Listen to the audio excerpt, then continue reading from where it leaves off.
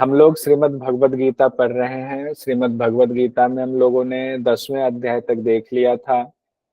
10वां अध्याय था हमारा विभूति योग। उसमें भगवान की विभूति की चर्चा हुई थी। कहाँ किस चीज की विशेषता है, विशिष्टता है, उसकी तुलना भगवान से हुई थी। और अब 11वें अध्याय में विराट स्वरूप दर्शन योग है, यानी विराट स्वरूप भगवान का अर्जुन को देखने को मिलेगा।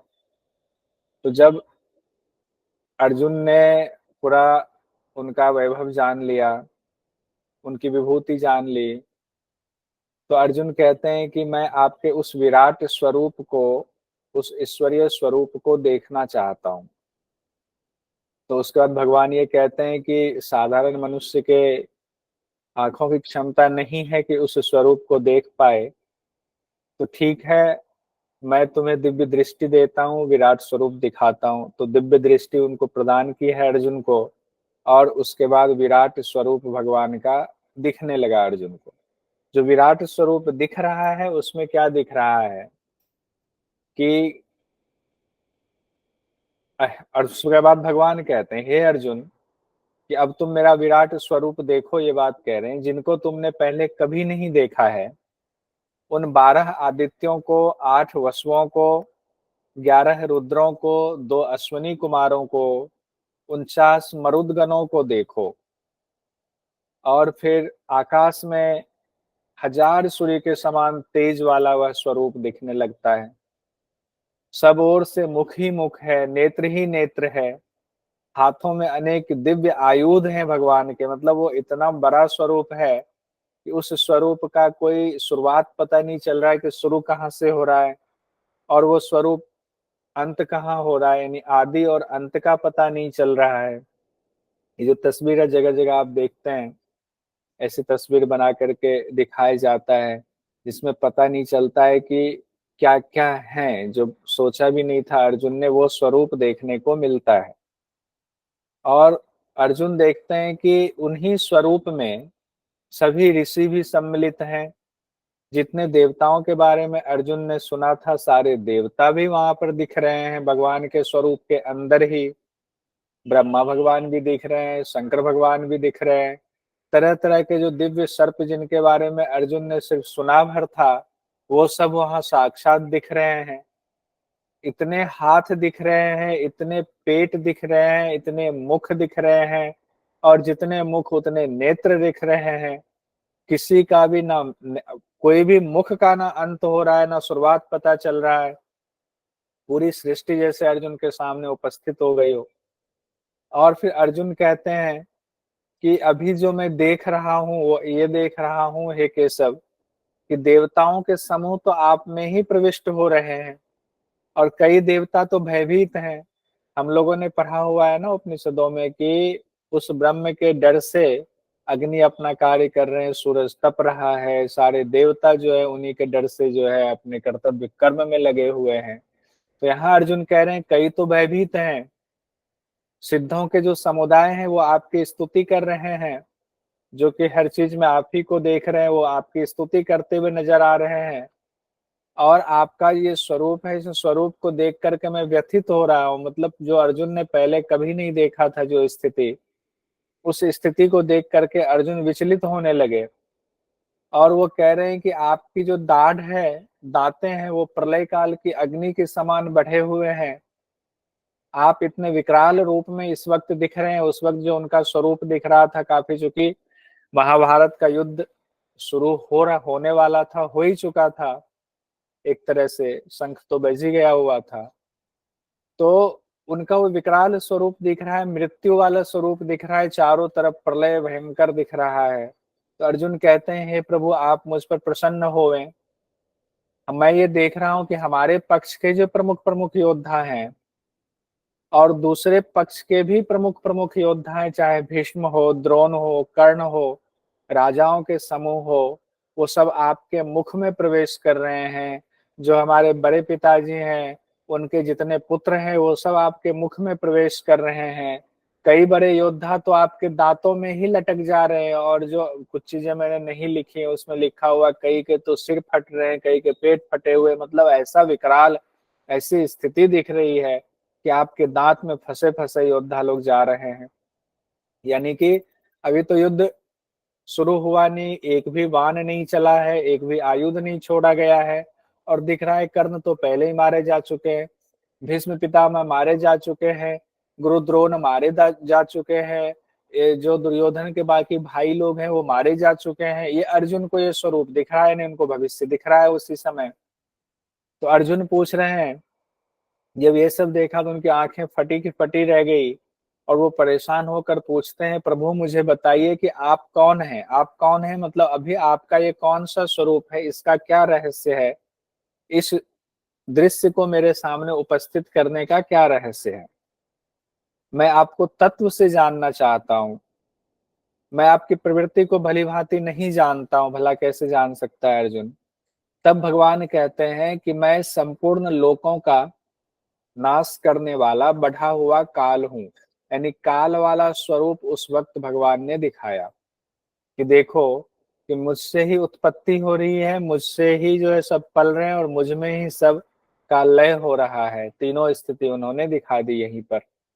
तो कहते हैं मैं संपूर्ण लोकों का नाश करने वाला बढ़ा हुआ काल हूं, इस समय लोगों का संहार करने के लिए मैं आया हुआ। इस समय मतलब उस महाभारत के युद्ध के समय की बात हो रही है, इसलिए अर्जुन को भविष्य की स्थिति भी दिखा दी है। कहते हैं तुम्हारे प्रतिपक्ष में जो योद्धा खड़े हैं, ये मत सोचो कि वो अभी मारे नहीं गए, तुम शोक कर क्यों रहे हो, वे सब तो तुम्हारे बिना भी मारे जाएंगे, उनको तो मरना है ही है, बस तुम तो निमित्त मात्र बनो। क्योंकि तुमने देखा कि कर्ण तो अभी रथ पे सवार हैं तुम्हारे सामने, लेकिन तुमने भविष्य देखा कि कर्ण मारा जा रहा है। दुर्योधन के इतने भाई तो अभी रथ पे जो है मूंछों पे ताव दे रहे हैं कि अभी जो है कौरव सेना जीतेगी, क्योंकि भीष्म पितामह है, गुरु द्रोण है, कृपाचार्य है, कर्ण है, इतने बड़े बड़े योद्धा हैं, तो अर्जुन कहाँ टिक पाएंगे इनके सामने, कहाँ पांडव टिक पाएंगे। वो तो सोच रहे हैं हम राज भोगेंगे, लेकिन तुमने देखा कि वो सब मारे जा चुके हैं। इसीलिए तुम ये मत सोचो, शोक मत करो कि मैं इन सबको कैसे मारूंगा, ये सब पहले ही मारे जा चुके हैं, तुम बस निमित्त मात्र बनो। ये इसलिए मारे जा रहे हैं क्योंकि इनके कर्म ऐसे रहे हैं, ये सब मेरे द्वारा पहले ही मारे हुए हैं। तुम निमित्त बनकर शत्रुओं को जीतो, और जीत कर धन धान्य से संपन्न राज्य को भोगो। क्यों भोगो राज्य को, क्यों कह रहे भगवान राज्य भोगने की बात, क्योंकि इससे धर्म की स्थापना होगी, क्योंकि तुम धर्म के रास्ते पर हो, इसीलिए मैं तुम्हारा साथ दे रहा हूं। तो इसलिए हमें यहाँ से ये सीखना चाहिए कि हम जितने लोग हैं, अगर वो धर्म के रास्ते पर चलते हैं, और अगर हमें लगता है कि हमें रास्ते में कोई कष्ट उठाना पड़ रहा है, कोई जो गलत आदमी है उसका सामने से दिखता है कि उनका बड़ा जो है भारी वैभव फैल रहा है, और हम इतने अच्छे रास्ते पर हैं, फिर भी हम जरा विपन्नता की स्थिति में हैं, आर्थिक रूप से भी सक्षम नहीं हो पा रहे हैं, तो ये सच नहीं है, ये तो अधूरा सच आप देख रहे हो, सच तो कुछ और ही है। भगवान आपके साथ है, उनके साथ नहीं है, वो नाश की तरफ जा रहे हैं। बस आप अपना कर्तव्य नहीं छोड़ें भगवान में विश्वास रखते हुए। इसके बाद अर्जुन को जब सारी बात पता चली, अर्जुन विचलित हो रहे थे, तो उन्होंने कहा कि आप अपने इस स्वरूप को अब समेट लीजिए, मैं प्रार्थना करता हूँ। बारंबार प्रार्थना कर रहे हैं अर्जुन, और कह रहे हैं कि आप अपना जो सौम्य वाला स्वरूप है, आप तो भी बढ़ा हुआ काल वाला स्वरूप दिखा रहे हैं, आपका जो सौम्य स्वरूप है, देव रूप में स्वरूप है, चतुर्भुज स्वरूप है आपका, वो स्वरूप अपना मुझे दिखाइए। और उसके बाद भगवान ने अपने स्वरूप को समेटा, उस विकराल काल वाले स्वरूप को, और फिर अपना चतुर्भुज स्वरूप दिखाया भगवान ने अर्जुन को। और लास्ट में कहा गया, त्याग से तत्काल ही परम शांति प्राप्त हो जाती है, त्याग हमारे अंदर होना चाहिए। अब हम आते हैं 12वें अध्याय में। 10वां अध्याय देख लिया, 11वां अध्याय देख लिया, 12वें अध्याय का नाम है भक्ति योग।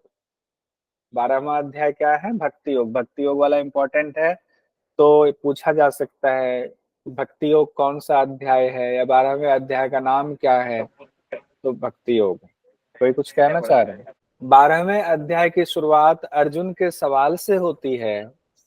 अर्जुन पूछते हैं, सगुण और निर्गुण उपासना के बारे में ऊपर हम लोगों ने पढ़ा था, तो भगवान से अर्जुन यहाँ पूछते हैं, आपकी जो सगुण उपासना करते हैं, और जो अक्षर व्यक्त अव्यक्त यानी अविनाशी निर्गुण रूप की उपासना करते हैं, तो सगुण और निर्गुण की उपासना करते हैं, उन दोनों में उत्तम योग वेत्ता कौन है? योग वेत्ता मतलब उत्तम कौन होगा? जो ये दोनों ही योग का अभ्यास हुआ, सगुण उपासना भी हुआ, निर्गुण उपासना भी हुआ, तो योग वेत्ता कौन हुआ? दोनों में कौन बेहतर हुआ?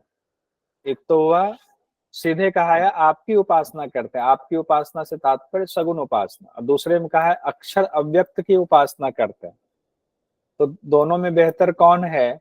देखिए, बड़ा सुंदर जवाब यहाँ भगवान ने दिया हुआ है, और बाद में पता चलता है कि सब तो एक ही है, सब एक ही है। 12वें अध्याय के दूसरे श्लोक में भगवान कहते हैं, मुझ में मन को लगा करके नित्य निरंतर मुझ में लगा हुआ जो भक्त परम श्रद्धा से युक्त होकर मेरी उपासना करता है। मेरी उपासना मतलब जब अक्षर ब्रह्म की बात आएगी तो आप ये सोचना कि निर्गुण की उपासना हो रही है, जैसे कह रहे हैं कि मेरी उपासना हो रही, तो सगुण साकार की उपासना की बात हो रही है। तो मेरे मत में सर्वश्रेष्ठ योगी है, यहाँ तो ये बात कह रहे हैं कि जो सगुण साकार की उपासना कर रहे हैं, मेरे मत में सर्वश्रेष्ठ योगी वही है। लेकिन जब उससे आगे बढ़ते हैं, तीसरे और चौथे श्लोक में जब भगवान कहते हैं कि निर्गुण उपासक के बारे में जब भगवान कहते हैं, तो आपको लगेगा अरे, इसका मतलब सब मामला एक ही है। यहाँ पर कहते हैं भगवान, ये तो अक्षरम अनिर्देश्यम अव्यक्तम पर्युपासते सर्वत्रगम अचिंत्यम च कूटस्थम अचलम संनियम्य इंद्रिय ग्रामम सर्वत्र संबुद्धयः ते प्राप्नुवन्ति मामेव सर्वभूत हिते रताः। कहते हैं जो इंद्रिय समूह को भलीभांति वश में करके निर्विकार अचल अक्षर अव्यक्त की तत्परता से उपासना करते हैं, उस अव्यक्त की पर्युपासते मतलब उपासना करते हैं, किसकी? उस निर्विकार की, जिसका कोई आकार नहीं है, उसको हर जगह ब्रह्म ही आता है कि सब कुछ ब्रह्ममय ही, पूरी सृष्टि ही ब्रह्ममय है, उसकी तत्परता से करता है वो। और उसके बाद कहते हैं प्राणी मात्र के हित के लिए उसी में प्रीति रखते हुए वो उस ब्रह्म की उपासना में लगे रहते हैं, और उनको हर जगह ब्रह्म ही ब्रह्म नजर आते हैं, उनको किसी भी प्राणी में भेद नजर नहीं अब आ रहा है, सब ब्रह्म में ही लग रहा है, सब जगह समबुद्धि वाले ही वो मनुष्य होते हैं और मुझे ही प्राप्त हो जाते हैं। अब जिसके बारे में कह रहे हो कि मुझे प्राप्त हो जाते हैं, इसका मतलब है कि वो भी श्रेष्ठ है, नहीं तो प्राप्त कैसे हो सकता है? यहाँ एक बात ध्यान रखिएगा, दो शब्द ऐसा आया हुआ है जिसकी चर्चा आगे हो सकता है एग्जाम में हो जाए। एक तो कूटस्थम वाला शब्द, कूटस्थ क्या है, और एक सर्वभूत हिते रताः क्या है। तो सर्वभूत हिते रताः का मतलब होता है प्राणी मात्र के हित में प्रीति रखने वाला, जो उससे कभी गलत कुछ हो ही नहीं सकता है। और कूटस्थ कहा गया है, उस कूटस्थ मतलब होता है जो आत्म स्वरूप है, उस आत्मा का स्वरूप है, उसको कूटस्थ कहा जाता है। यानी आत्मा को आप एक लाइन में कहें कि आत्मा ही कूटस्थ है, तो आत्मा को कूटस्थ कहा जाता है। तो कूटस्थ में अचलम वाली स्थिति होती है, उसी आत्मा में वो लगा रहता है, तो वो कहते हैं मुझे ही प्राप्त होता है। और सर्वभूत हिते रताः, तो ये एग्जाम में पूछा भी गया था, ये जून 2019 में पूछा गया था। भगवद गीता के अनुसार सर्वभूत हिते रताः किस योगी के लक्षण है? सांख्य योगी, ज्ञान योगी, भक्ति योगी, कर्म योगी। तो अभी 12वां अध्याय चूंकि भक्ति योग की चर्चा हो रही, तो हम भक्ति योग मान लेंगे। लेकिन सर्वभूत हिते रता शब्द 5वें अध्याय में भी आया था, 25वें श्लोक में, जहां सांख्य योग के लिए चर्चा की गई थी, इसीलिए इसे सांख्य योग मानकर हम चलेंगे अगर सांख्य योग की चर्चा देखें। लेकिन एनटीए के आंसर की में इसे भक्ति योग कहा गया है, सी ऑप्शन को सही माना गया है। और यहाँ 12वें अध्याय में भी चर्चा है, शुरुआत में ही चर्चा है, सर्वभूत हिते कहा गया है, तो यहाँ भक्ति योग कहा गया है, तो एनटीए के हिसाब से भक्ति योगी के लिए हो गया। तो अब एनटीए में जो ऑप्शन सही माना जाता है, आप देख रहे हैं इतना हम लोग चैलेंज करते हैं, उसके बावजूद जो एनटीए अपने कुछ चीजों पे डटा रहता है कि नहीं यही आंसर सही होगा। तो उस हिसाब से इस शब्द को ध्यान रखेंगे। अगर इस तरह से पूछा जा रहा है कि सर्वभूत हितेरता किस योगी के लक्षण है, तो भक्ति योगी की बात यहाँ पर एनटीए के मुताबिक कहा गया है, भक्ति योग की। अब क्वेश्चन अगर पलट करके आए तो अलग बात है कि 5वें अध्याय अगर शब्द दे दे कि 5वें अध्याय में सर्वभूत हितेरता शब्द किस योगी के लिए चर्चा की गई है, तो वहां पर सांख्य योग की चर्चा आएगी। बस इसको कहीं नोट कर लीजिएगा। अब इसी में सगुण और निर्गुण के ऊपर हमने देखा, सगुण निर्गुण की भक्ति की ओर बात आई हुई है। 12वें अध्याय के 8वें श्लोक में भगवान कहते हैं, मुझ में मन को स्थापित कर, मुझ में ही बुद्धि को प्रविष्ट जो करा लेता है, जिसके मन में भी मैं हूं, जिनकी बुद्धि में भी मैं प्रविष्ट हूं, कहते हैं उसके बाद तुम मुझ में ही निवास करोगे, इसमें कोई संशय नहीं है। अगर अर्जुन को कहते हैं तुम्हारे मन और बुद्धि में दोनों में मैं हूं, तो तुम सोचो कि तुम मुझ में ही निवास कर रहे हो, तुम भगवान में ही अवस्थित हो। और 9वें श्लोक में भगवान कहते हैं, अगर मन में मुझको अचल भाव से स्थिर करने में अपने आप को समर्थ नहीं मानते हो। अब यहाँ जो चर्चा हो रही है, एक चीज ध्यान रखिएगा, 8वें श्लोक से जो चर्चा हो रही है, यहाँ पर भगवान उपाय बता रहे हैं। पहले कह रहे हैं मन बुद्धि में प्रविष्ट करा लो, तो मान के चलो कि मुझ में ही निवास करते हो, मतलब मैं तुमको प्राप्त हो ही गया। अगर तुम ये नहीं कर सकते तो ये वाला करो, ये भी नहीं कर सकते तो ये करो, ये भी नहीं कर सकते तो ये करो। तो वो क्या नहीं कर सकते तो क्या करो, यहाँ बहुत सारे उपाय बताए गए। पहला उपाय मन बुद्धि में कहा गया है कि मुझे बिठा लो, कि मन बुद्धि में मुझे इस तरह बिठा लो कि मैं तुम में स्थित हो गया हूं। और अगर तुम मुझे मन में भी नहीं बिठा सकते अचल भाव से, ये नहीं कि 2 मिनट के लिए मन में बिठाया और तीसरे मिनट भगवान हमारे मन से निकल गए, वो वाला नहीं, अचल भाव से अपने आप को सामर्थ्यवान नहीं मानते हो कि इतनी स्थिति नहीं हुई है, तो हे धनंजय, अभ्यास योग के द्वारा तुम मेरी प्राप्ति की इच्छा करो, भगवान की प्राप्ति हो जाए इसकी कोशिश करनी है, अभ्यास करना है लगातार।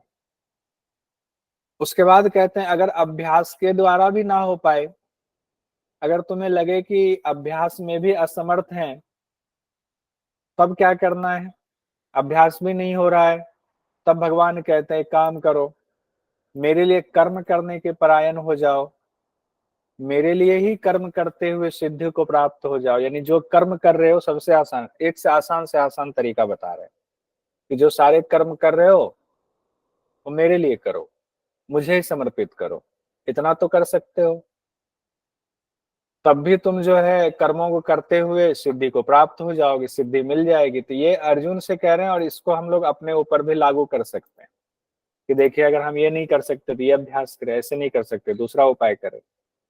उसके बाद भगवान कहते हैं अगर तुम साधन करने में भी असमर्थ हो, कर्म भी नहीं कर पा रहे हमें समर्पित कर्म, तो एक काम करो, मन और इंद्रियों को वश में करो और संपूर्ण कर्मों के फल की इच्छा का त्याग कर दो।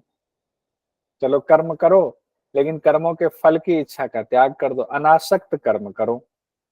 क्या ये भी कर सकते हो? तो इतना उपाय भगवान ने बताया।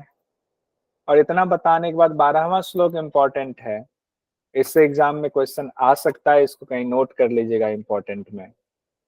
भगवान कहते हैं श्रेयो ही ज्ञानम अभ्यासात ज्ञानात ध्यानम विशिष्यते ध्यानात कर्मफल त्याग त्यागात शांति अनंतरम। कहते हैं अभ्यास से ज्ञान से श्रेष्ठ है, श्रेयो ही ज्ञानम अभ्यासात, अभ्यास से ज्ञान श्रेष्ठ है, अज्ञानात ध्यानम विशिष्यते, ज्ञान से श्रेष्ठ है ध्यान, अभ्यास से ज्ञान श्रेष्ठ है और ज्ञान से श्रेष्ठ है ध्यान। ध्यानात कर्मफल त्याग है, और ध्यान से भी कर्मफल का त्याग श्रेष्ठ है। ध्यान से क्या श्रेष्ठ है? कर्म फलों का त्याग करना।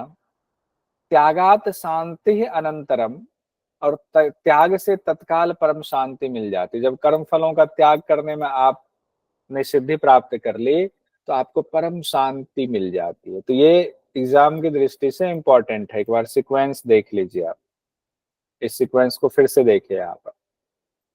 कहते हैं अभ्यास से ज्ञान श्रेष्ठ है, ज्ञान से ध्यान श्रेष्ठ है, और ध्यान से कर्म फलों का त्याग श्रेष्ठ है।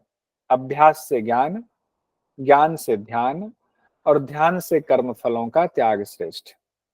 ये कहीं नोट कर लीजिएगा अलग से, ये नोट्स तो आपको मिलेगा, और इस नोट्स के अलावे जो आप अपना शॉर्ट नोट्स बनाएंगे उसमें इसको कहीं नोट कीजिएगा। आगे भगवान कहते हैं किस तरह का भक्त मुझे प्रिय है। तो 13वें 14वें श्लोक में 12वें अध्याय के भगवान कहते हैं सब प्राणियों में द्वेष भाव से जो रहित हो।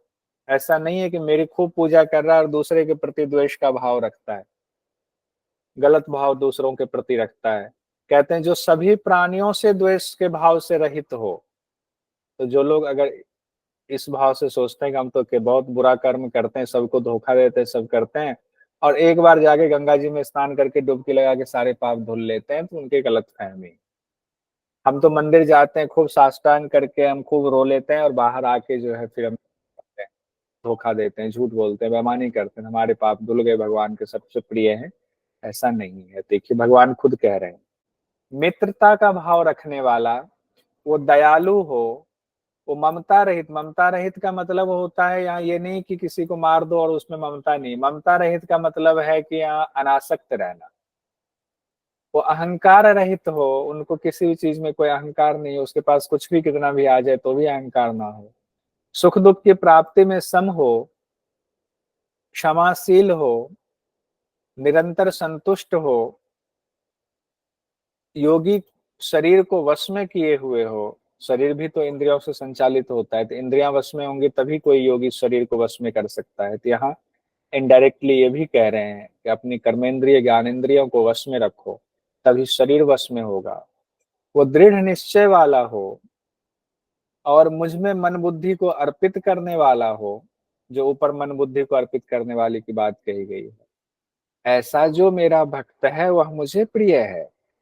अब ये सारे गुण अगर हम आप मन में ये भाव रखते हैं कि भगवान की हमारे ऊपर दृष्टि क्यों नहीं पड़ती है, भगवान हमारी क्यों नहीं सुनते हैं, तो पहले हमें ये चेक करना पड़ेगा क्या हम भगवान की सुन रहे हैं। क्या हम सभी प्राणियों में द्वेष भाव से रहित हैं। भगवान ने ये कहा है कि मुझे पाना चाहते हो, और उन्होंने देखिए कितना सरल सा रास्ता बता दिया। जब भगवान ने इतना सरल सा रास्ता बता दिया, हमें भगवान को पाने का रास्ता बता दिया, तो हम इसको अगर उपाय कर ही नहीं रहे तो भगवान को पाने की हम इच्छा ही क्यों कर रहे हैं। और अगर इच्छा कर रहे हैं तो ये रास्ते पे क्यों नहीं चल रहे हैं। हमें पता है कि यहाँ से कनॉट प्लेस जाना है, रास्ता बता दिया, और हम कनॉट प्लेस के उल्टे रास्ते में जाएंगे तो कभी पहुंच पाएंगे। भगवान कह रहे हैं लो मैंने रास्ता बता दिया, अरे चल के तो तुम आओ, एटलीस्ट चलो तो उस रास्ते पर। तो ये उपाय आज से हम सब संकल्प लें कि एक एक करके इसको जितना यहाँ लिखा हुआ है, द्वेष भाव से रहित, मित्र भाव वाला, दयालु हो, ममता रहित हो, अहंकार रहित हो, सुख दुख की प्राप्ति में सम हो, क्षमाशील हो, निरंतर संतुष्ट हो, योगी शरीर को वश में किए हुए हो, दृढ़ निश्चय वाला हो, तो ऐसा हम गुण लाने की कोशिश करें तो भगवान मुझ जो है कि प्रिय हो जाएंगे। कोई परेशान होने की जरूरत नहीं है कि हमने बहुत मेहनत आपने वाकई की थी और आपका जेआरएफ नहीं निकला, आपका नेट नहीं निकला, तो कोई परेशान होने की बात नहीं है। कोई बात नहीं, फिर से मेहनत करें। और अगर आपने मेहनत ही नहीं की, आपने बस यूं ही एग्जाम दे दिया, उसके बावजूद अभी आप दुखी हो, एक तो दुखी ऐसे भी नहीं होना है, और अगर बिना मेहनत किए भी आप दुखी हो तो वही बात हुई। भगवान को प्राप्ति के रास्ते हमें पता है, हम कोशिश कर ही नहीं प्राप्ति के कोई भी गुण अपने अंदर लाने की कोशिश नहीं कर रहे हैं, भगवान फिर मिल भी नहीं रहे हैं, और फिर हम दुखी भी हो रहे हैं। ये तो बड़े निकृष्ट बुद्धि वाली बात हो जाएगी। तो पहले अगर हम कोशिश कर लेते तब भी ना मिले, तब भी हमें संतुष्ट भाव में रहना है। 15वें श्लोक में भगवान कहते हैं आगे, 12वें अध्याय के भक्ति योग चल रहा है, 12वां अध्याय। कहते हैं जिससे कोई प्राणी उद्विग्न नहीं होता, शुद्ध नहीं होता है, जो खुद भी किसी प्राणी से उद्विग्न नहीं होता है। उद्विग्न मतलब किसी से परेशान नहीं होता है, ना कोई उससे परेशान होता है। जो हर्ष, ईर्ष्या, अमर्ष, हर्ष और अमर्ष कहा गया। हर्ष मतलब होता है खुशी, ईर्ष्या मतलब होता है उल्टा उसका हो गया। ईर्ष्या मतलब किसी से वैर भाव रखना, किसी की खुशी को देख करके जलना। भय और उद्वेग से रहित है वह मुझे प्रिय है। अब क्या हमारी स्थिति ऐसी होती है कि हम किसी कोई हमसे उद्विग्न ना हो। हाँ, कोई जानबूझ के उद्विग्न हो जाए अलग बात है, लेकिन जब आप सही रास्ते पर चलते जाएंगे तो एक दिन ऐसा होगा कि कोई उद्विग्न नहीं होगा। फिर भी कोई जबरदस्ती हो रहा है तो अलग बात है। लेकिन क्या ऐसा होता है कि आप किसी से उद्विग्न नहीं होते हैं, किसी ने आपके खिलाफ भी कोई कार्य कर दिया, आप सोचते हैं कोई बात नहीं, प्रभु की यही इच्छा होगी, कोई नहीं, आप अपना कर्तव्य कर्म करें। एक बार अगर उनको लगता है कहीं विरोध अगर ज्यादा कुछ हो रहा है तो आपको रोकना पड़ेगा, ऐसा नहीं है। जो कानूनन तरीका है, देखिए भगवान ने ऐसा कहीं नहीं कहा है कि आप कानूनन नहीं चलें। कर्तव्य का यही तात्पर्य है। अगर नियम बना हुआ है कि आपको आकर के आपके घर में कोई चोरी कर जाता है, तो आपका कर्तव्य बनता है कि आप थाने में जाके रिपोर्ट लिखवाएं। इसमें कहीं कोई गलत भाव नहीं है, लेकिन आपको अंदर से परेशान हुए बिना रिपोर्ट लिखवाए। और कई बार ऐसी भी स्थिति होती है कि जब अंदर से परेशान नहीं है तो हमें लगता है चलो कोई बात नहीं, लेकिन कर्तव्य यही है आपका, रिपोर्ट करनी चाहिए, क्योंकि कानून कहता है, क्योंकि देश का ये भगवान ने बनाया हुआ है। उसी आपको क्या लगता है जो कानून चल रहा है यूं ही है, यूं ही हमने बना दिया? नहीं, आपने पढ़ा हुआ है कि ब्रह्मा भगवान ने पहले बनाया था। जब सतयुग खत्म होने लगा, सतयुग के बाद कैसे जो है लोगों के मन में कैसे पाप आ गया, कैसे वेदों का जो है सारा अध्ययन खत्म हो गया, कैसे सब हमने पढ़ाया हुआ है। और उसके बाद कैसे जो है ब्रह्मा जी ने नियम बनाया, उस नियम को कैसे अलग अलग देवताओं ने ऋषि मुनियों ने छोटा किया। फिर उसी के बाद तो आपके याज्ञवल्क्य की स्मृति, मनु स्मृति, फिर याज्ञवल्क्य की स्मृति आया। और उसी में से तो सारे नियम समाज में बने हैं। उसी नियमों का पालन करते हुए समय परिस्थिति के हिसाब से संविधान बना हुआ है। संविधान में उसमें अपडेट किया हुआ है कि हाँ अभी के परिप्रेक्ष्य में ये होना चाहिए। तो बुद्धि कहाँ से आई? वहीं से तो आई, उसी में संशोधन होकर के बना हुआ है। तो नियम भी तो भगवान का ही दिया हुआ है। कहते हैं जो इस तरह से चलता है जिससे कोई प्राणी उद्विग्न ना हो, जो किसी से उद्विग्न ना हो, जिसमें हर्ष अमर्ष वाली स्थिति ना हो, निसम स्थिति हो, जो भय और उद्वेग में भी रहित हो, सम स्थिति में रहे, वह मुझे प्रिय है। 16वें श्लोक में भगवान कहते हैं 12वें अध्याय के, जो अपेक्षा से रहित है, जिसमें कोई अपेक्षा नहीं है, आवश्यकता से रहित है, वो जो शुचि बाहर भीतर से शुचि है, बाहर भीतर से शुद्ध है, जो दक्ष है यानी चतुर है, अपने कार्य में चतुर है, उदासीन है। उदासीन का तात्पर्य यह है कि बिना मतलब के लोभ लालच का ना रहना उदासीन होता है। जो व्यथा से रहित है, जैसे शनि जी ने कहा कि कल का रिजल्ट देख करके मन परेशान हो गया, तो व्यथित हो गया मन शनि जी का, व्यथा को हटाना है, कोई बात। नए कर्मों के आरंभ का त्यागी है। यहाँ कर्म से क्या तात्पर्य? नई कर्मों के आरंभ का त्यागी है, सकाम कर्म के आरंभ का त्यागी। कर्तव्य कर्म की कहीं मनाही नहीं है। कर्तव्य कर्म तो भगवान अर्जुन से कह रहे हैं तुम करो, वह भक्त मुझे प्रिय है, वही भक्त प्रिय है। कई लोग ये सोचते हैं आवश्यकता से रहित हो जाएंगे, बाहर भीतर शुद्धि ऐसी हो जाएगी तो फिर हमें कर्तव्य कर्म भी क्यों करना है? ऐसा नहीं होता है। हाँ, तब आपका सब कुछ संन्यास वाली स्थिति, तब तो ऐसे ही कर्तव्य में रहते हुए भी संन्यास की स्थिति आ जाती है, जब कामना ही खत्म हो जाए, जब आपके अंदर से आसक्ति खत्म हो जाए तब। लेकिन फिर भी भगवान कहते हैं आसक्ति तो ऐसे भी खत्म करो, लेकिन अगर आपके बच्चे हैं तो उनके पालन पोषण की जिम्मेदारी आपकी है। लोक व्यवहार में जो उचित कर्म है उस कर्म को करो, ये करने के लिए भगवान कहते हैं। 17वें श्लोक में 12वें अध्याय के कहते हैं, जो ना हर्षित होता है ना द्वेष करता है, आनंदित रहता है। हर्षित नहीं होता है कि मतलब ये नहीं मुंह लटका के बैठा रहता है। हर्षित नहीं होने का मतलब है कि खुशी से पागल नहीं होता है, सम स्थिति में रहता है। चेहरा देख के आपको लगेगा कि हमेशा शांत है। द्वेष नहीं करता है किसी से, घृणा चेहरे पर नजर नहीं आती। बहुत आदमी के चेहरे को आप देखो तो चेहरे को देख करके ही लगता है कि बहुत जो है गुस्से वाले हैं, या बहुत सारे भाव नजर आते हैं चेहरे पर, इतने भाव नजर आते हैं क्या कहें। वो शोक भी नहीं करता है, ना कामना करता है, जो शुभ अशुभ कर्मों से ऊंचा उठा हुआ है, वह भक्तिमान मनुष्य मुझे प्रिय है। अब इतनी सारी बातें भगवान ने कह दी हैं, मुझे प्रिय कौन है? इसमें मोटा मोटा आप देखो तो आपको ये समझ में आ गया होगा, जितनी अच्छी चीजें हैं अनासक्त भाव वाले सब भगवान ने कहा होगा, एकदम सम स्थिति में रहने वाले। अब एग्जाम में अगर आ भी जाए तो आप आराम से पता लगा लोगे कि कौन सी स्थिति बेहतर है, कौन से भगवान को प्रिय वाली स्थिति होगी। 12वें अध्याय का नाम था भक्ति योग। 12वें के बाद 13वां अध्याय आता है क्षेत्र क्षेत्रज्ञ विभाग योग। अब थोड़ा सा फास्ट हो गया, 11वां 12वां जल्दी हो गया। 13वां अध्याय भी हम लोग देख लेते हैं। 13वें अध्याय में भगवान क्या कहते हैं, इसमें जो परीक्षा की दृष्टि से महत्वपूर्ण है वो है क्षेत्र और क्षेत्रज्ञ।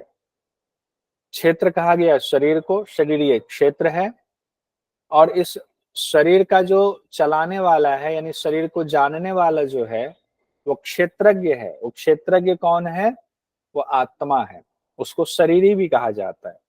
तो दो शब्द और ध्यान रखिए, शरीर और शरीरी, शरीर और शरीरी। तो शरीर हुआ क्षेत्र, शरीरी हो गया क्षेत्रज्ञ, क्षेत्र को जानने वाला। पहले श्लोक में भगवान कहते हैं शरीर को क्षेत्र कहते हैं, सुनो, और इस क्षेत्र को जानने वाला जो है वो क्षेत्रज्ञ है। तो क्षेत्र क्षेत्रज्ञ से हमें रूबरू करा भगवान ने पहले, और ये ध्यान रखेंगे क्षेत्र क्षेत्रज्ञ की चर्चा किस अध्याय में है, 13वें अध्याय में। उसके बाद दूसरे श्लोक में भगवान कहते हैं हे अर्जुन, जितने क्षेत्र हैं, अब मेरा क्षेत्र मेरा शरीर है, शिखा जी का क्षेत्र शिखा जी का शरीर है, रमेश जी का क्षेत्र रमेश जी का शरीर है, और भगवान के लिए संपूर्ण क्षेत्र है, पूरा ब्रह्मांड ही उनके लिए क्षेत्र है, शरीर है। तो कहते हैं जितने संपूर्ण क्षेत्र जो है, जो कुछ भी दिख रहा है उसमें क्षेत्रज्ञ मुझे ही समझो। यानी कि पूरा पूरा ब्रह्मांड अगर क्षेत्र है तो क्षेत्रज्ञ कौन हुए, भगवान हुए।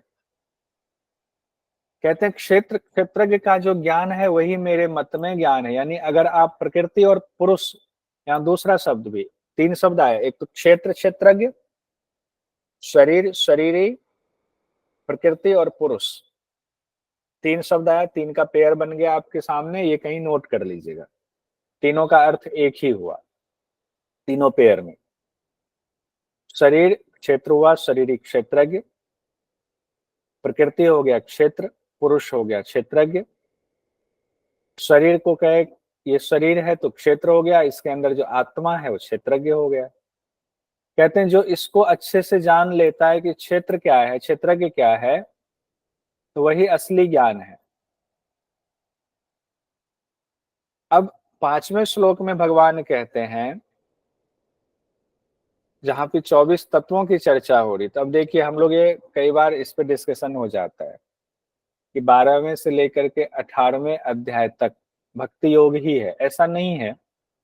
3 योग प्रमुख है, भक्ति योग कर्मयोग, भक्ति योग कर्मयोग ज्ञान योग की चर्चा है, लेकिन हर जगह कुछ ना कुछ मिक्स किया हुआ है, समझाने के हिसाब से चेंज हुआ है।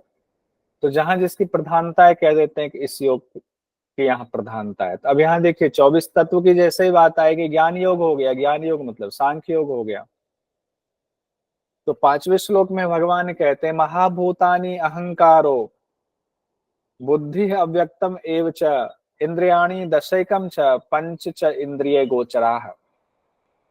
कहते हैं अव्यक्तम एव च, यानी अव्यक्त क्या है, अव्यक्त कहते हैं मूल प्रकृति को हम लोग अव्यक्त कहते हैं।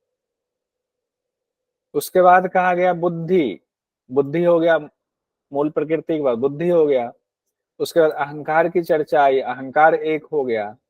महाभूतानी आई हुई बात, महाभूतानी मतलब पंच महाभूत हो गया। इंद्रियानी 10 इंद्रिय हो गया। उसके बाद कहा गया दशैकम च, एकम च, एक मन हो गया। और पंच च इंद्रिय गोचराह कहा गया है, पंच च इंद्रिय गोचराह, पांचों इंद्रियों के विषय यानी कि तन्मात्रा हो गए। अब इसको गिनेंगे तो कितने हो गए, 25 तत्व, 24 ये हो गए, और एक आत्मा ले लें तो 25 तत्व हो गए। तो यही तो तत्व बताया गया है सांख्य दर्शन में भी, लेकिन यहाँ पर शब्द जो है वो है कि 24 तत्व बताया गया। एक तत्व अगर आत्मा को ले लें तो वही 25 तत्व आता है, सांख्य दर्शन में भी वही 25 तत्व आया हुआ है। योग दर्शन में ईश्वर को भी जोड़ दिया गया, 26 हो गया। हालांकि यहाँ भी ईश्वर को जोड़ा गया है गीता में भी, तो यहाँ भी मान लें आपके 26 तत्व हो गए, लेकिन जो श्लोक है उसमें 24 तत्व, क्षेत्र के 24 तत्व बताए गए। उसके बाद छठे श्लोक में, 13वें अध्याय के छठे श्लोक में भगवान कहते हैं कि जो क्षेत्र है आपका, जो शरीर है, उसमें कौन कौन से विकार हैं।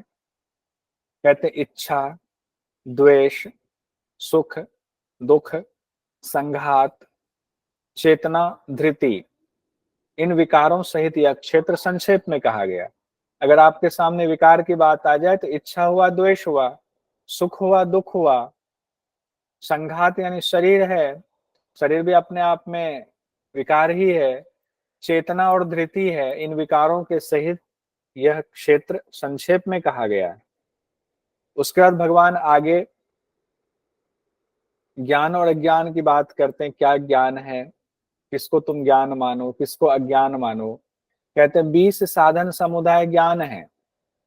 अपने में श्रेष्ठता का भाव ना होना ज्ञान है। अगर हम ये सोचे हम ही श्रेष्ठ हैं, कई बार ये भाव अगर आ जाता है कि हम योग करने वाले हम श्रेष्ठ हैं और जो योग नहीं करते वो निकृष्ट हैं, तो ये भाव ना आने दें, ये गलत भाव है।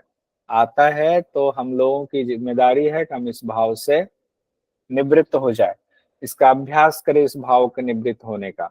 भगवान ने कहा अभ्यास करो। दिखावटीपन का ना होना, दिखावटीपन मत कीजिए, बहुत ज्यादा चल रहा है दिखावटीपन का। अहिंसा, ये ज्ञान है। क्षमा अगर आपके अंदर है तो ये ज्ञान है।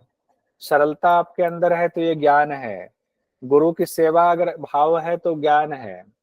अगर बाहर से भीतर से दोनों तरफ से शुद्धि है तो ज्ञान है, इसका ज्ञान होना। स्थिरता, आपके अंदर स्थिरता है तो ज्ञान है। मन अगर आपका वश में है तो ज्ञान है। इंद्रियों के विषय में वैराग्य है तो ज्ञानी आप माने जाएंगे। अहंकार नहीं है तो ज्ञानी माने जाएंगे। जन्म, मृत्यु और वृद्धावस्था जो है और बीमारी, दुख रूप दोषों को बार बार, इसमें दुख रूप दोषों को देखना है कि जन्म भी तो दोष ही है, मृत्यु भी दोष ही है, वृद्धावस्था आई ये भी दोष ही है, बीमारी हुआ ये भी दुख रूप दोष ही है। इसमें जब दुख रूप आप दोष देखेंगे तो इससे भी आपका धीरे धीरे वैराग्य होता है। इसीलिए कहा गया ये बात कि जन्म, मृत्यु, वृद्धावस्था और बीमारी, इसमें दुख रूप दोषों को देखना है, क्योंकि एक शरीर है, शरीर भी अपने आप में एक तरह से परेशानी है, जो ऊपर ही भगवान ने कहा हुआ था। यहाँ देखिए, इच्छा, द्वेष, सुख, दुख, संघात यानी शरीर, चेतना और धृति, इन विकार यानी ये भी विकार ही है, इनको विकार मानना ही चाहिए। कि विकार मानेंगे तभी उससे हमारा मोह खत्म होगा। वही बात यहाँ पर कही जा रही है। जन्म, मृत्यु, वृद्धावस्था और व्याधियों में दुख रूप दोषों को बार बार देखना चाहिए कि ये तो दोष ही है। आसक्ति रहित होना, पुत्र, स्त्री, घर आदि में एकात्म रहना, अनुकूल प्रतिकूल प्राप्ति में भी सम रहना, एकांत में रहने का स्वभाव होना। एकांत का तात्पर्य ये नहीं किसी से मिलना जुलना नहीं है। एकांत का यहाँ तात्पर्य ये कहा गया है कि आप हैं, आपके अंदर वो आत्मा है और सबके साथ मिलते हुए भी आप अपने आप में पूर्ण होने की कोशिश करें, उसी में लगे रहें। तो सबसे मिलके भी आप किसी से नहीं मिले हुए, राग द्वेष नहीं होना, तो उसी को एकांत में रहने का स्वभाव कहा गया। जन समुदाय में प्रीति का ना होना, बहुत सारे लोग डिस्को डांस में जाते रहते हैं, लेकिन बहुत सारे लोग अगर कहीं कर्तव्य करने के लिए भीड़ में जाते भी हैं तो भीड़ में जाके भी वो भीड़ से अलग रहते हैं, तो अनासक्त रहते हैं।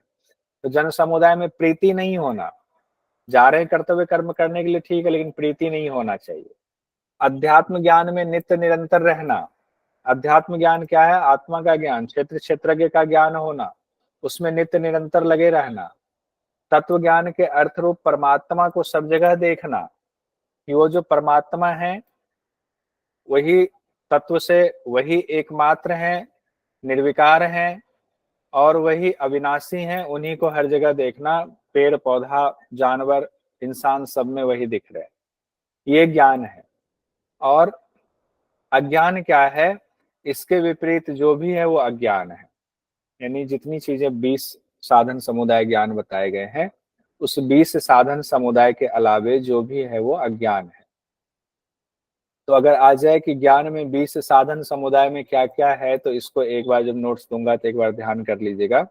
लेकिन अपने नोट्स में अलग से जो आप बना रहे हैं उसमें कहीं लिख लीजिए, ज्ञान के लिए कहते हैं भगवान कि 20 साधन समुदाय ज्ञान है, इसके विपरीत जो भी है वो अज्ञान है।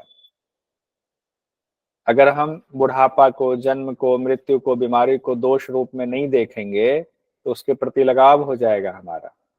हम सोचेंगे कि ये स्थिति तो बहुत अच्छी है, तो वो गलत हो जाएगा। उसके बाद ब्रह्म का स्वरूप बता रहे हैं 12वें, 13वें, 14वें, 15वें और 16वें श्लोक में।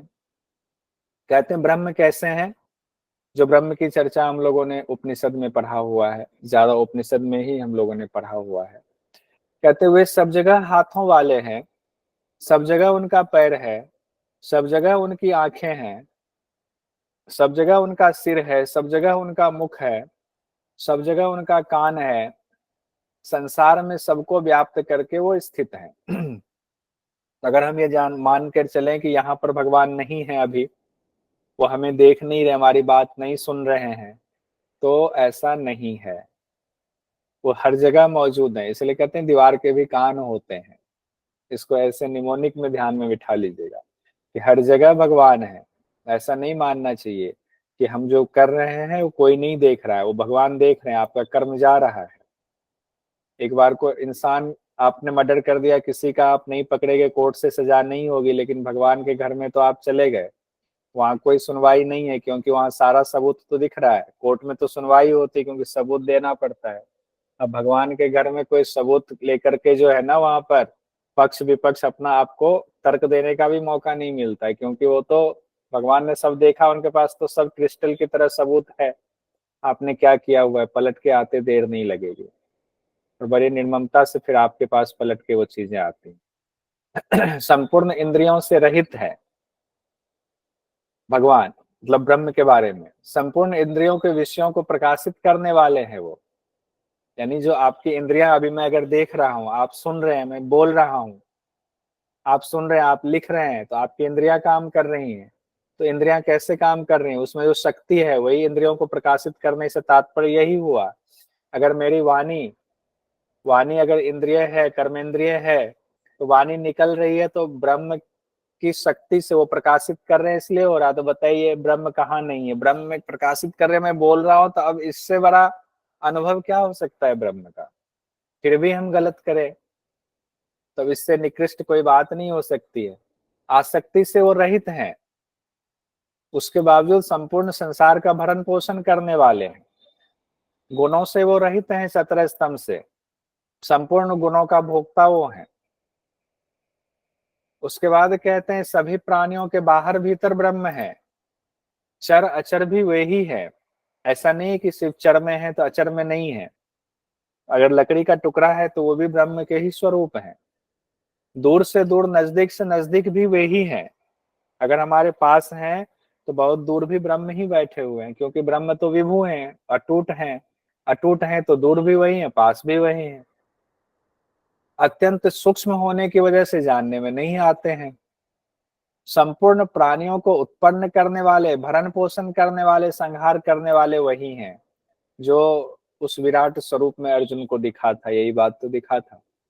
और उसके बाद कहते हैं सबके हृदय में भी विराजमान है। यहां तक भी भगवान ने कह दिया किनके बारे में, उस भगवान, उस ब्रह्म के बारे में। और फिर 19वें, 20वें और 21वें श्लोक में कहते हैं, 13वां अध्याय चल रहा है हमारा, क्षेत्र क्षेत्रज्ञ विभाग योग चल रहा है। प्रकृति और पुरुष दोनों को ही तुम अनादि समझो। अब देखिए यहाँ पर बात हो रही, पहले भी बात हुई थी, पुरुष तो अनादि है ही, पुरुष तो अविनाशी है ही। प्रकृति को नाशवान कहा गया है, लेकिन अनादि है ये भी, नाशवान होने के बावजूद अनादि है। नाशवान प्रकृति को क्यों कहा गया है, क्योंकि प्रकृति भूत वर्तमान भविष्य तीनों कालों में एक अवस्था में नहीं रहती, इसीलिए इसको नाशवान कहा गया। लेकिन ऐसा नहीं कि ये खत्म हो जाता है, इसका स्वरूप बदल जाता है। इसका स्वरूप कैसे, जो भगवान ने कहा ना, होता क्या है, जब सृष्टि का लय हुआ तो क्या हुआ, सारी प्रकृति को हम समेट लेते हैं, तो प्रकृति कहीं राख तो हो नहीं गई, अस्तित्व खत्म हुआ।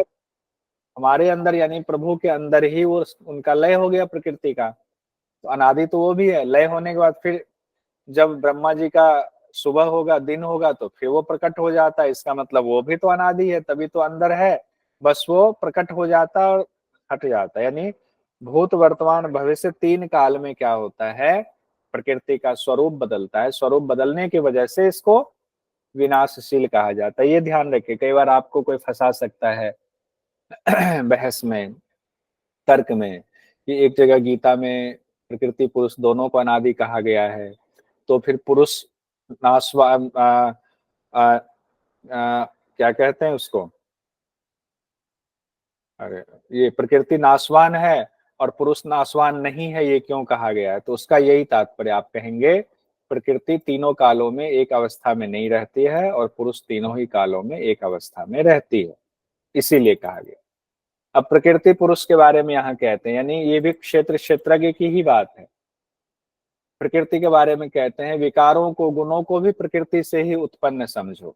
जो भी विकार है, जो तीन गुण है 17 स्तंभ, वो मूल प्रकृति से ही उत्पन्न है। सांख्य में हम लोगों ने पढ़ा हुआ है। कार्य और उसके कारण को उत्पन्न करने में प्रकृति हेतु है। हेतु मतलब कारण होता है, हेतु मतलब कारण। तो जो कार्य हो रहे हैं और उसके पीछे जो कारण है, उसको उत्पन्न करने में प्रकृति ही मेन रीजन है, जड़ है। और हमने पहले पढ़ा हुआ है, तो भगवान ने कहा था कि मेरी अध्यक्षता में प्रकृति जो है संसार की सृष्टि की रचना कर रही है। उसके बाद कहते हैं पुरुष क्या होता है, सुख दुख के भोक्तापन में पुरुष हेतु है। सुख और दुख के भोक्तापन में, यानी सुख और दुख का जो अनुभव करता है, तो उसमें पुरुष हेतु है, क्योंकि जीवात्मा मान लेता है स्वरूप अपना, इसीलिए उसको लगता है कि मुझे दुख हो रहा है, मुझे दुख हो रहा है। और जिस दिन वो मान लेगा कि मैं अलग, प्रकृति अलग, मेरा तो स्वरूप जो है विशुद्ध है, निर्विकार है, तो सुख दुख जो है भोक्तापन खत्म हो जाएगा। तो कारण कौन हुआ भोक्तापन का, सुख दुख का? पुरुष खुद है, खुद ही जड़ है, वो खुद ही उसने संबंध जोड़ा हुआ है और मान लेता है। जिस दिन मानना खत्म हो जाएगा, उस दिन सुख दुख से निवृत्ति हो जाएगी।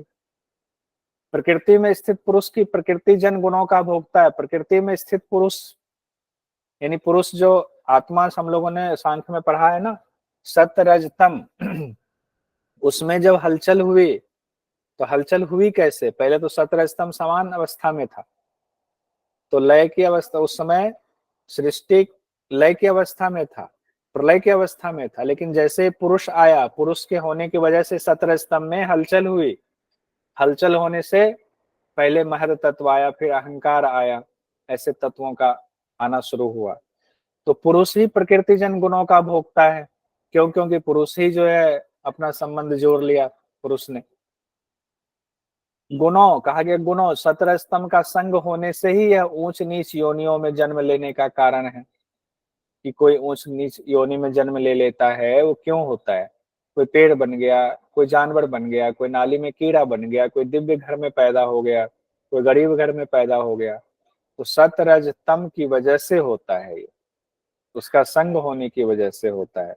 जीवात्मा उससे अपना संबंध जोड़ रहा है और सब इसी वजह से होता है। उसके बाद भगवान 22वें श्लोक में कहते हैं, शरीर के साथ संबंध रखने से, उसके साथ मिलकर अनुमति देने से, अपने को भरण पोषण करने वाला मानने से, भोक्ता बनने से खुद को शरीर का स्वामी मान लेता है। कौन? पुरुष, आत्मा, जो कि जीवात्मा बन गया। उस शरीर को अपना मान लेता है, शरीर के साथ जीवात्मा ने संबंध जोड़ लिया, उसके साथ मिलकर के अनुमति देने लगता है क्या करना है, क्या नहीं करना है। हम अपने परिवार का भरण पोषण कर रहे हैं, तो हम जीवात्मा अपने आप को शरीर से संबंध जोड़ करके भरण पोषण करने वाला मान लेता है अपने आप को। मैं खा रहा हूं, मुझे दुख हो रहा है, मुझे सुख हो रहा है, इसका भोक्ता बन जाता है और शरीर का स्वामी मैं हूं ऐसा मान लेता है।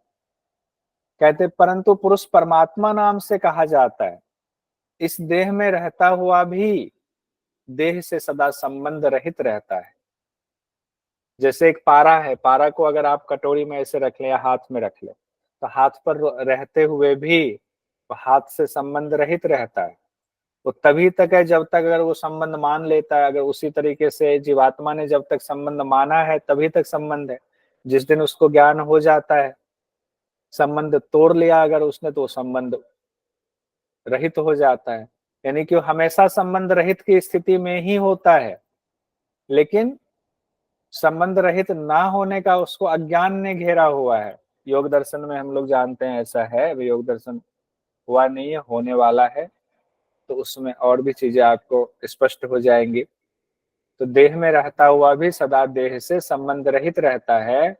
और 23वें श्लोक में कहते हैं, जो इस प्रकार क्षेत्र और क्षेत्रज्ञ को भली भांति जान लेता है, पुरुष हो गया क्षेत्रज्ञ, शरीर हो गया क्षेत्र यानी प्रकृति क्षेत्र, पुरुष क्षेत्रज्ञ, जो इस प्रकार से क्षेत्र और क्षेत्रज्ञ को जान लेता है, सब तरह का बर्ताव करता हुआ भी वह दोबारा जन्म नहीं लेता है। सारा कर्तव्य वो करेगा, लेकिन वो जान गया हुआ है कि ये सिर्फ कर्तव्य कर्म जो है अनासक्त भाव से करना है। सुख दुख तो प्रकृति का गुण है, हमारा तो है ही नहीं, वो तो गुण है, गुण से मेरा कोई लेना देना नहीं है। तो वो मोक्ष की स्थिति हो जाती, दोबारा जन्म नहीं लेता है, यानी कि अगर आपको सांख्य का ज्ञान हो गया तो। 24वें श्लोक में भगवान कहते हैं, कई मनुष्य ध्यान योग के द्वारा, कई सांख्य योग के द्वारा, तो कई कर्म योग के द्वारा अपने आप से अपने आप में परमात्मा तत्व का अनुभव करता है। सिर्फ एक ही तत्व, एक ही योग से आपको मोक्ष की प्राप्ति नहीं होती, आप आत्मा का अनुभव नहीं करते हैं। ध्यान योग से भी आत्मा का अनुभव होता है, सांख्य योग से भी आत्मा का अनुभव होता है, और कर्म योग से भी आत्मा का अनुभव होता है, अपने आप में संतुष्टि की स्थिति अपने आप में स्थित होता है। वही 25वें श्लोक में भगवान कहते हैं, वही दूसरे मनुष्य जो इन साधनों को जानता ही नहीं है, दूसरों से सुनकर ही उपासना करते हैं, वे भी मृत्यु को तर जाते हैं। जो इन साधनों को नहीं जानते हैं, लेकिन गुरु से सुन करके, साधु संतों की संगति में सुन करके, कोई एक नियम साधु संत ने बता दिया, उस नियम को मानने लग जाते हैं वो, और फिर उसी के हिसाब से उपासना करते हैं, तो वो भी मृत्यु को तर जाते हैं। और 26वें श्लोक में भगवान कहते हैं, हे अर्जुन, स्थावर और जंगम जितने भी प्राणी पैदा होते हैं, उनको तुम क्षेत्र और क्षेत्रज्ञ के संयोग से उत्पन्न हुआ समझो। यानी कोई चीज उत्पन्न तभी होगा जब क्षेत्र और क्षेत्रज्ञ का मिलन होगा। और ये चीज आप ध्यान रखिए, परा और अपरा की जब चर्चा हुई तो उस समय भी भगवान ने यही बात कही थी, जो 26वें श्लोक में 13वें अध्याय के कहा जा रहा है, कि परा और अपरा के संयोग से ही सभी चीजों की उत्पत्ति हुई है।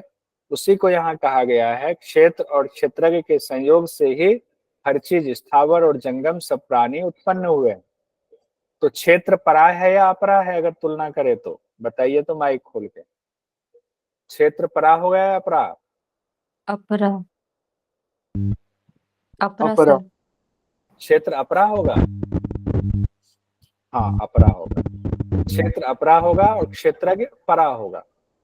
वहां पर पहले अपरा कहा गया था, अपरा और फिर परा की चर्चा आई थी।